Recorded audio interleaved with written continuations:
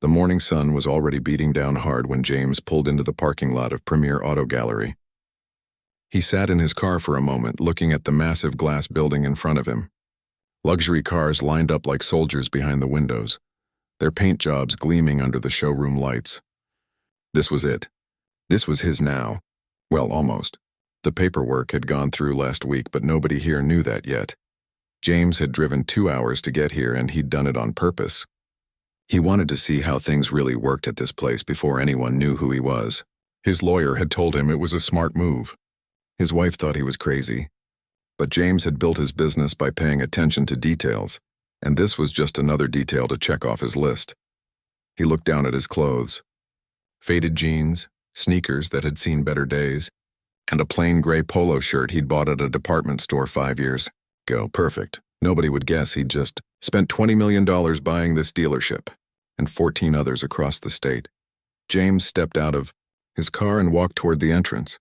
The automatic doors whooshed open and a blast of cold air hit his face. The showroom was enormous. Cars everywhere, all top brands, all expensive. The floor was so shiny he could almost see his reflection in it. Soft music played from hidden speakers. Everything smelled new and expensive. He walked slowly past a bright red sports car, running his hand along its hood. The metal was cool and smooth. He peeked inside. Leather seats, fancy dashboard with more buttons than an airplane. He'd never owned a car like this. Never needed to. But he appreciated the craftsmanship. James moved to the next car, a sleek black sedan. He cupped his hands against the window to see inside better. As he did, he noticed something. 3 salespeople were standing near the back wall, and they were all looking at him, not in a helpful way. More like they were trying to figure something out. He straightened up and smiled in their direction. Maybe one of them would come over and help him. That's what salespeople did, right? But none of them moved. They just kept talking to each other in low voices, stealing glances his way. James shrugged it off and kept walking. Maybe they were busy. Maybe they hadn't seen him smile. He spent the next 20 minutes looking at different cars, checking price tags, sitting in a few that were unlocked. The prices made him whistle under his breath. Some of these cars cost more than most people made in a year. Still, nobody came to help him. He watched a well-dressed couple walk in, and immediately 2 salespeople rushed over with big smiles and handshakes. The couple was escorted to a beautiful silver car, and the salespeople started their pitch right away. James frowned. He'd been here longer than that couple. He'd looked at more cars than them. But nobody had said a word to him. He decided to take matters into his own hands. He spotted a young salesman standing near a display of car brochures looking at his phone. The kid couldn't have been more than 25, with slicked back hair and a tie that was probably worth more than James's entire outfit. "Excuse me," James said, walking up with a friendly smile. "I was wondering if you could tell me about this model over here." The young man looked up and James saw something flicker across his face. Surprise, maybe. Or was it annoyance? Yeah, sure," the salesman said, but he didn't move. He glanced back at his coworkers and James caught it. A look. A silent conversation happening without words. "These models are pretty high-end," the salesman finally said, putting his phone in his pocket. "They start at around $90,000 and go up from there. We have some more affordable options at our sister location across town. I could give you the address." James felt something tighten in his chest. He kept his voice calm. "I'm interested in what you have here today. Could you show me the features on that black one?" The salesman shifted his weight from foot to foot. "Look, man, I'm not trying to be rude or anything, but these cars are... the insurance alone costs more than..." He trailed off, looking uncomfortable. "More than what?" James asked, his voice still friendly, but with an edge now. Before the salesman could answer, a loud voice cut through the showroom. "Jenkins, what's going on over here?" James turned to see a man in his 50s striding toward them. He was tall, broad-shouldered, wearing an expensive suit that probably cost $3,000. His face was red and his jaw was set tight. This had to be the manager. The young salesman Jenkins looked relieved. "Mr. Patterson, I was just telling this gentleman about our other location." "I'll handle this," Patterson interrupted. He turned to James and his eyes scanned him from head to toe. James could practically see the math happening in the man's head, adding up his cheap clothes and worn shoes, coming to a conclusion. "Sir," Patterson said, and the word didn't sound respectful at all. I think there's been a misunderstanding. This is a premium dealership. Our vehicles require serious buyers with serious financial backing. We can't have people just wandering around, touching the merchandise, taking up time when we have real customers to serve. James blinked. He couldn't quite believe what he was hearing. I am a real customer. Patterson's expression hardened. Are you? Because you've been walking around here for half an hour, and I haven't seen you talk to anyone until you bothered my salesman. These cars aren't for window shopping. This isn't a museum. Other people in the showroom were starting to notice. The couple who'd come in after James had stopped their conversation to watch. 2 other salespeople had moved closer, pretending to organize brochures but clearly listening. James took a deep breath. He could feel his heart pounding. I'd like to speak with you privately. In your office, and I don't think so, Patterson shot back. I think what I'd like is for you to leave now, before I have to call security. The showroom went completely quiet. Even the soft music seemed to fade away. James stood there looking at this man who had no idea who he was talking to. No idea what he'd just done, no idea that his career had probably just ended. You're making a mistake, James said quietly. The only mistake, Patterson said, his voice rising, is you thinking you belong here. James could feel every eye in the showroom on him. The air felt thick, heavy. Patterson stood there with his arms crossed, waiting for James to turn around and walk out. But James didn't move. I'm not leaving, James said, his voice steady. I have every right to be here. I'm a customer and I'd like to see your manager. Patterson let out a short, harsh laugh. I am the manager, and I'm telling you to leave. This is private property and I decide who stays and who goes. On what grounds? James asked. He pulled his phone from his pocket. I haven't done anything wrong. I've been polite. I've been respectful. I just want to look at cars. Patterson's face got redder. Don't you dare start recording or taking pictures. You're creating a disturbance. You're making my staff uncomfortable. You're making our customers uncomfortable. James looked around the showroom. The well-dressed couple was watching with wide eyes. A few salespeople had gathered near the back, whispering to each other. Jenkins, the young salesman, looked like he wanted to disappear into the floor. I'm making people uncomfortable, James repeated. By looking at cars? By existing in your showroom? By not taking a hint, Patterson snapped. Look, I don't know what game you're playing here, but I've been in this business for 25 years. I know who can afford these cars and who can't, and I'm not wasting my team's time on someone who's clearly not serious. James felt anger rising in his chest, hot and sharp. But he'd learned a long time ago that losing your temper never helped anything. His mother had taught him that. Stay calm, stay smart, stay in control. How do you know I'm not serious? James asked. Patterson gestured at him up and down. Come on, be realistic. You walk in here dressed like you're going to mow your lawn. You don't make an appointment. You don't ask for a specific salesperson. You just wander around touching everything. That's not how real buyers behave. Real buyers, James repeated slowly. What does a real buyer look like, Mr. Patterson? Something flickered in Patterson's eyes. Maybe he realized how his words sounded, but he didn't back down. Someone who respects our time. Someone who understands the level of service we provide here. Someone who belongs in a place like this. The words hung in the air like smoke. James saw Jenkins wince. He saw one of the salespeople shake her head slightly. Even the couple who'd been watching looked uncomfortable now. I see, James said quietly. He started to dial a number on his phone. What did I just say about phones? Patterson barked. He turned and gestured toward the front desk. Call security. Tell them we need someone to escort this gentleman out. The receptionist looked uncertain. Mr. Patterson, are you sure? Now! The young woman picked up the phone, her hands shaking slightly. James heard her speaking in a low voice, and a few moments later, 2 security guards came through a side door. They were both big guys wearing uniforms with the dealership's logo on the chest. What's the situation? One of them asked, looking between Patterson and James. This man is trespassing, Patterson said. He's been asked to leave multiple times and refuses. I need you to escort him off the property. The security guard looked at James. Sir, is that true? Have you been asked to leave? Yes, James admitted. But I haven't done anything wrong. I'm a customer. I came here to look at cars. He's not a customer, Patterson interrupted. He's a problem. Remove him. The guard looked uncomfortable. Sir, if the manager is asking you to leave, you need to leave. We don't want any trouble. James looked at the guard, then at Patterson, then around the showroom one more time.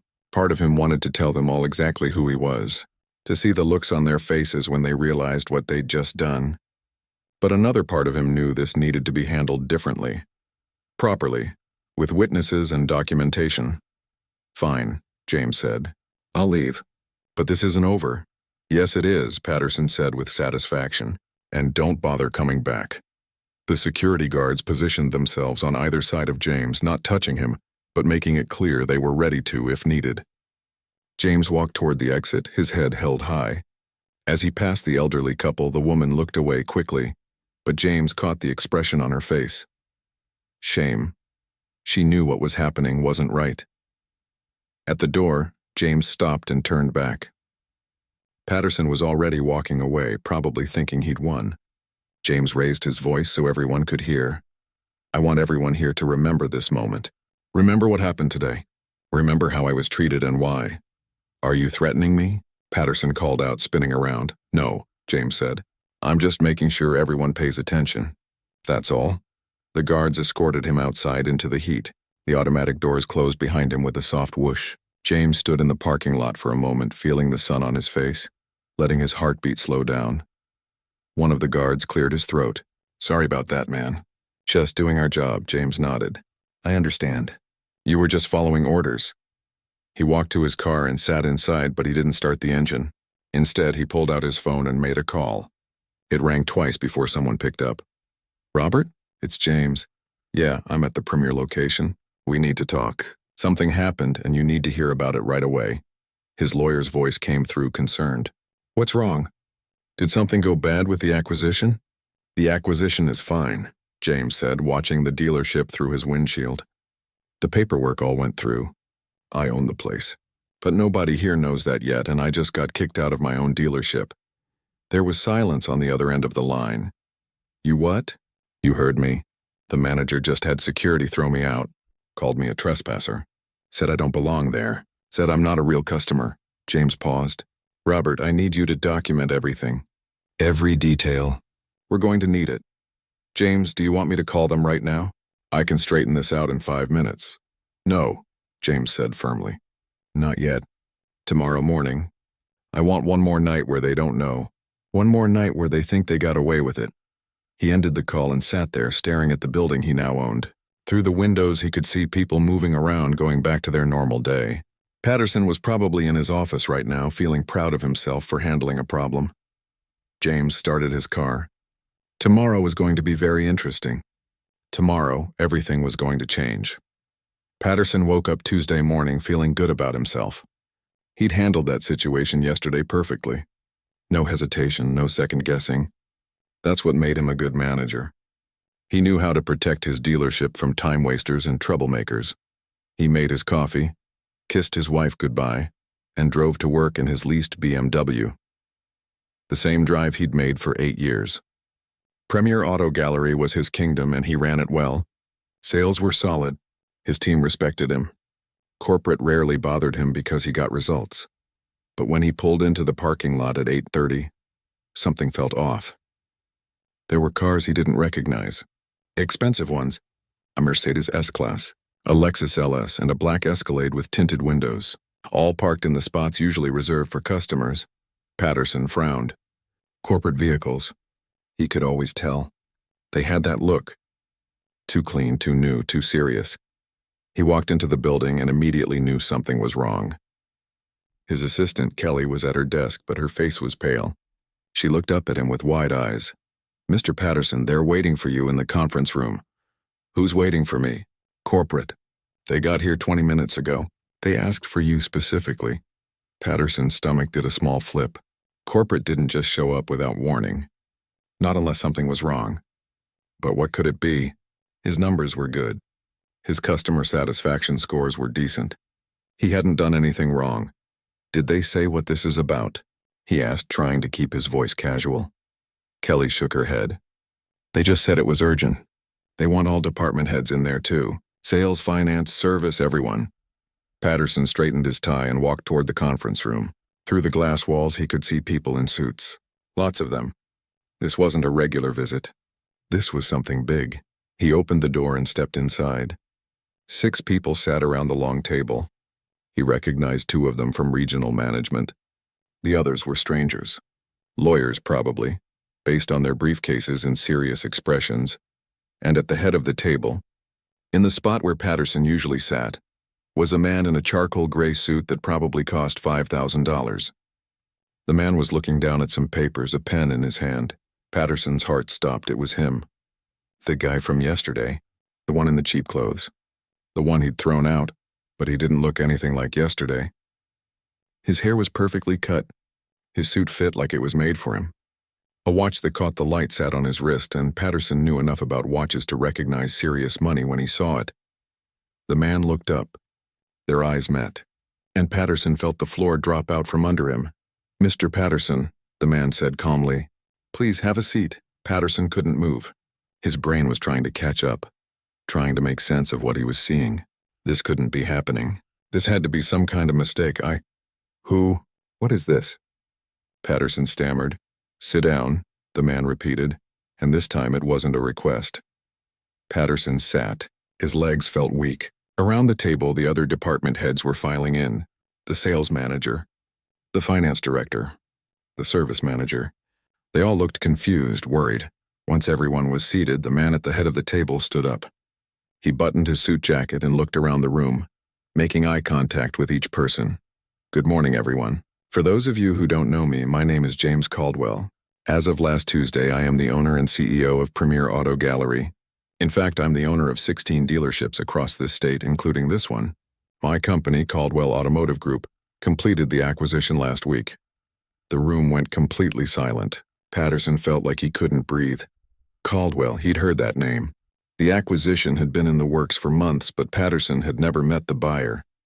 Corporate had handled everything. He'd just been told to keep running things as usual until the transition. James continued. "I know this is sudden and you probably have questions. But first I need to address something that happened yesterday. Something that, quite frankly, has me questioning whether this dealership shares the values that my company stands for." Patterson wanted to sink into the floor. He wanted to disappear. Everyone was looking at James now, hanging on every word. "Yesterday I came to this dealership," James said. "I dressed casually because I wanted to see how things operated when nobody knew who I was. I wanted to see how customers were really treated. What I experienced was disappointing. No, it was more than disappointing. It was unacceptable." James looked directly at Patterson now. "Mr. Patterson, would you like to tell everyone what happened yesterday? Or should I?" Patterson's mouth was dry. His hands were shaking under the table. There was a misunderstanding. You thought what?" James interrupted. "You thought I couldn't afford to be there? You thought I didn't belong. You had me physically removed from the property by security. You told me I wasn't a real customer. You said I didn't understand the level of service provided here." The other people in the room were staring at Patterson now. Some looked shocked. Others looked uncomfortable.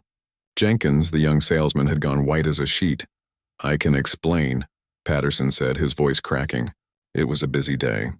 We get a lot of people who just want to waste time, and I was trying to protect my staff's productivity. It wasn't personal. It wasn't about... I didn't..." He trailed off. There was no way to finish that sentence that didn't make things worse. James sat back down. "It wasn't personal. Mr. Patterson, let me ask you something. That couple who came in after me, the ones wearing expensive clothes, they got immediate attention from 2 salespeople. I watched it happen. I'd been in your showroom for 20 minutes and nobody even said hello to me until I approached someone myself. So explain to me how that works. What was the difference between me and them?" Patterson had no answer. The silence stretched out, painful and heavy. "Here's what's going to happen," James said, his voice firm but controlled. "Over the next 2 weeks, we're going to conduct a complete investigation into how this dealership operates. We're going to review sales records. We're going to interview staff. We're going to look at customer complaints. And we're going to figure out if what happened to me yesterday was an isolated incident or part of a bigger problem." He stood up again and walked slowly. Around the table, I built my company on 3 principles: respect, integrity, excellence.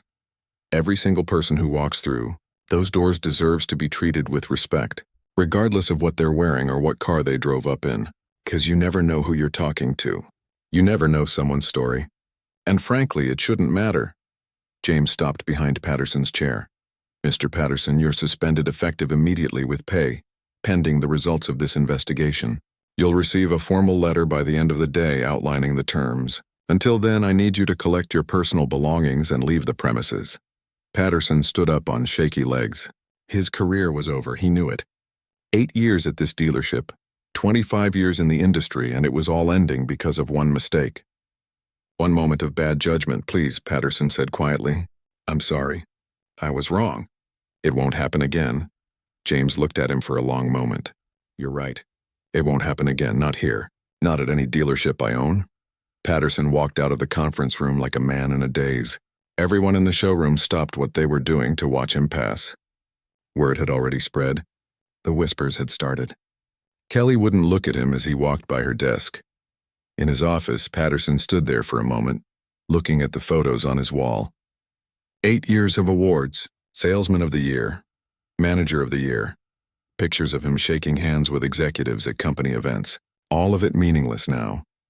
He grabbed a cardboard box from the supply closet and started packing. His coffee mug, a framed photo of his family, some personal files. His hands moved automatically while his mind raced. How had he been so stupid? How had he not seen it coming? Meanwhile, back in the conference room, James was still addressing the team. The atmosphere was tense. Everyone looked nervous, like they were waiting for the other shoe to drop. I want to be clear about something, James said, leaning against the table. This isn't a witch hunt. I'm not here to fire everyone and start over. But I am here to make changes. Real changes.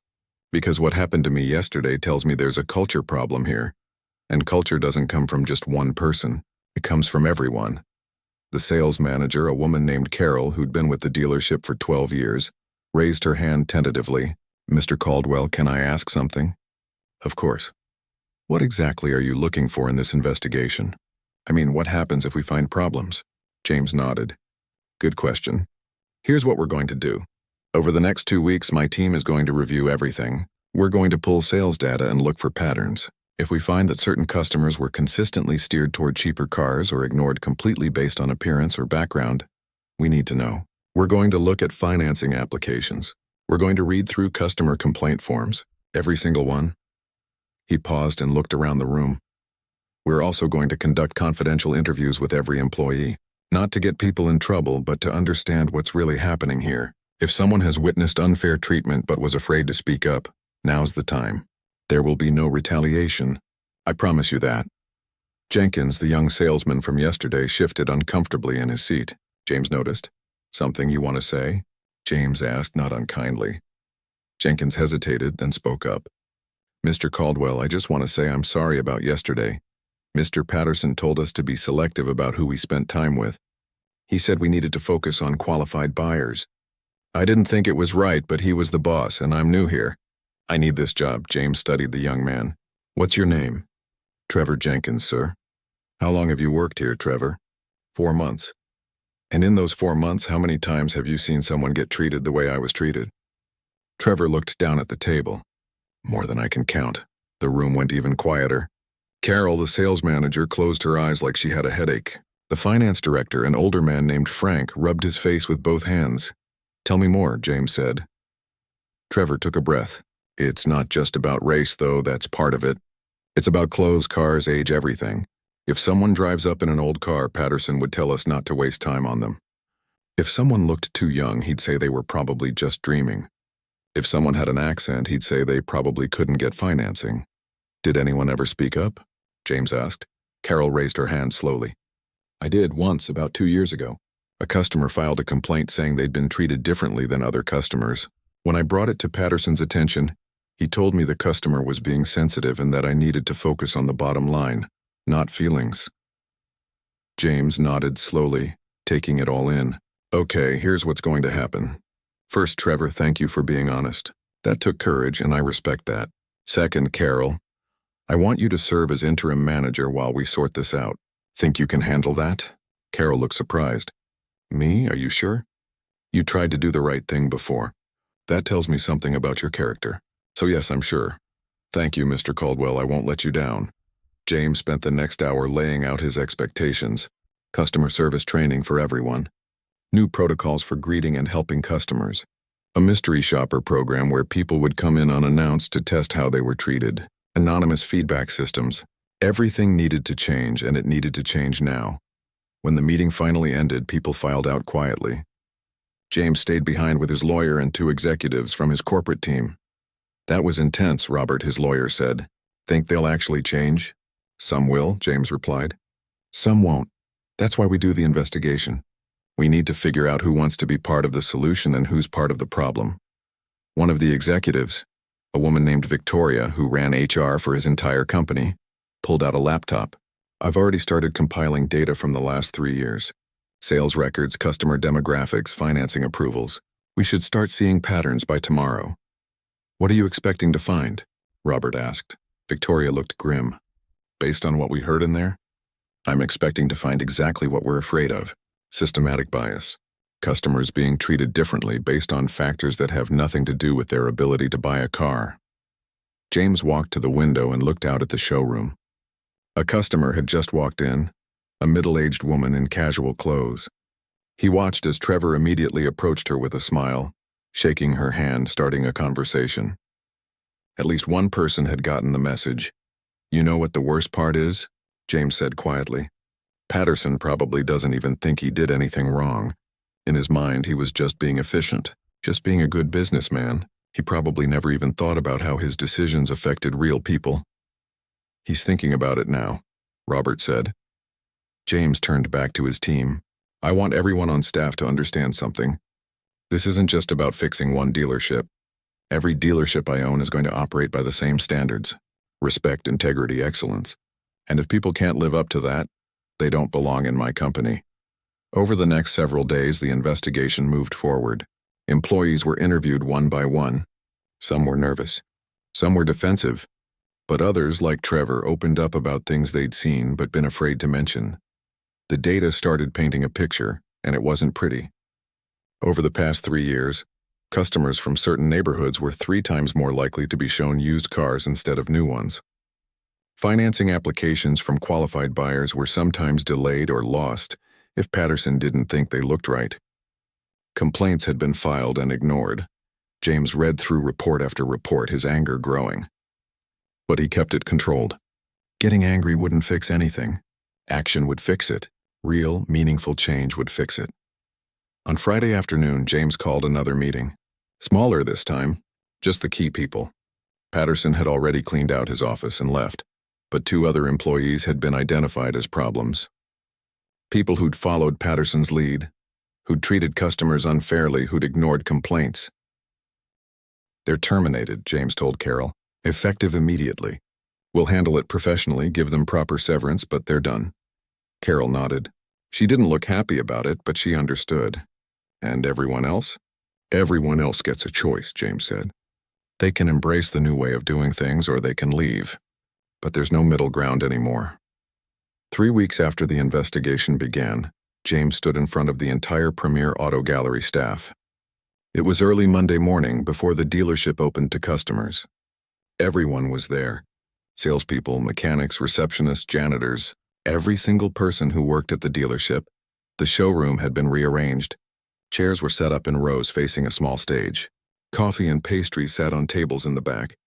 This wasn't going to be a quick 5-minute meeting. James had things to say, and he needed everyone to hear them. Thank you all for being here, James began.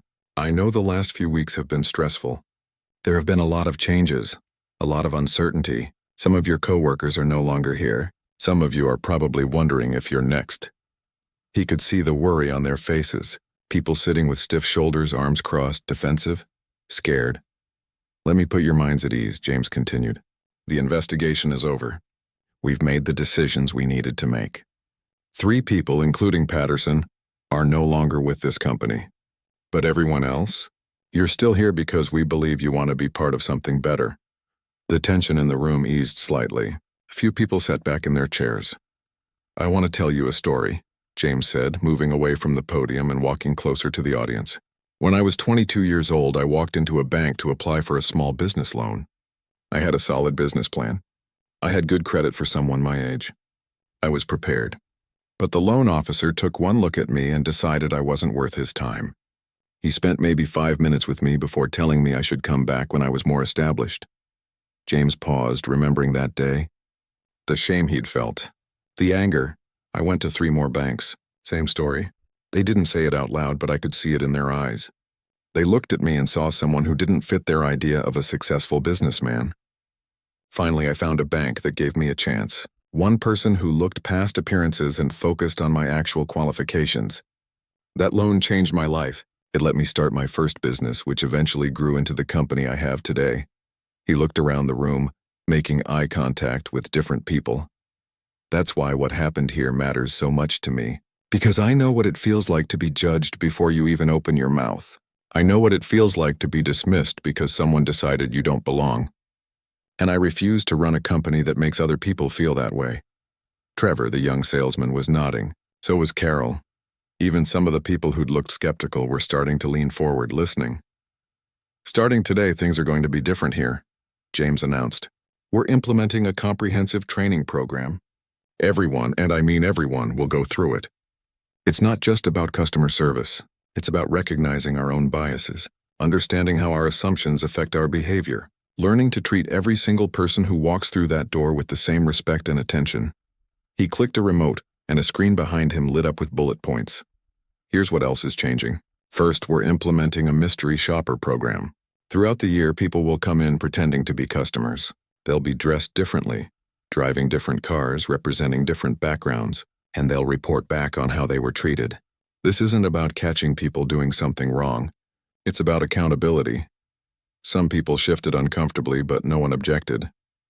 Second, we're creating an anonymous feedback system. If you see something that concerns you, if you witness a customer being treated unfairly, you can report it without fear of retaliation. Your jobs are not in danger for speaking up. In fact, speaking up is now part of your job.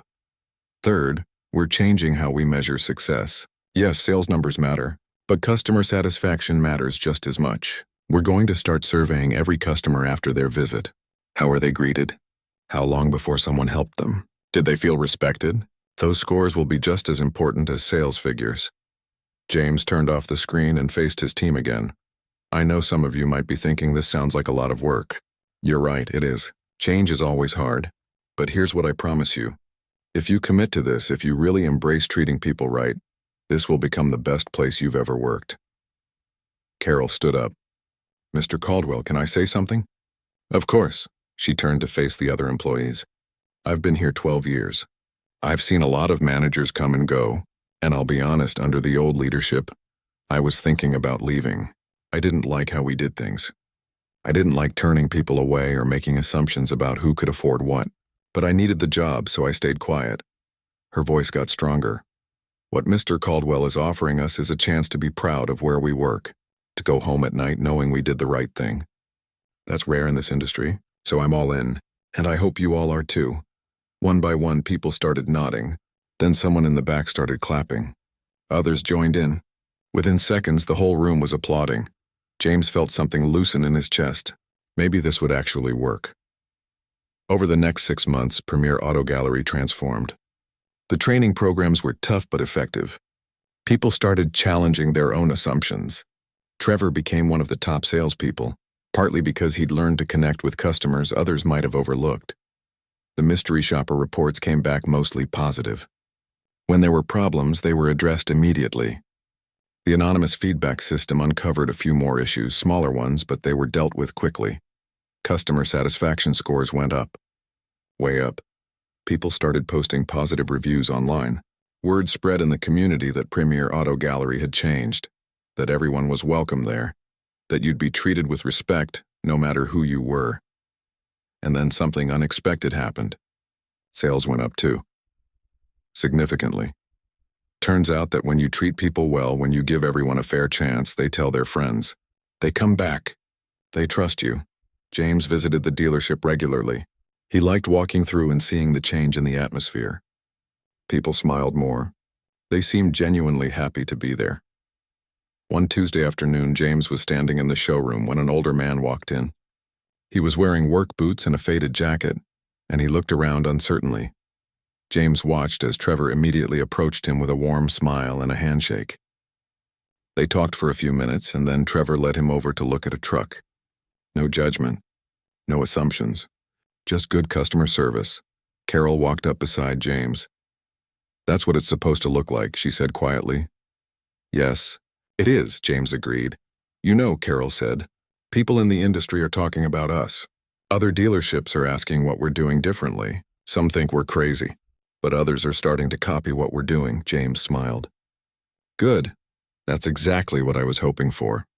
The old man ended up buying the truck. As Trevor processed the paperwork, the customer kept saying how nice everyone had been, how welcomed he'd felt. He'd been to 3 other dealerships that week and no one else had given him the time of day. After the customer left, James called Trevor over. You did good work there, James told him. Trevor grinned. Just doing my job, sir. The right way. That's all I ask, James said. That's all I've ever asked. As James drove home that evening, he thought about Patterson. He wondered if the man had learned anything from what happened. He wondered if other managers out there would hear this story and think twice before judging someone based on appearance. Maybe they would. Maybe they wouldn't. But at least at Premier Auto Gallery and at every other dealership James owned, things were different now. Better. And that was a start. Change didn't happen overnight, but it did happen. One conversation at a time, one customer at a time. One person deciding to do better. And sometimes all it took was someone being willing to walk in those doors and demand the respect they deserved.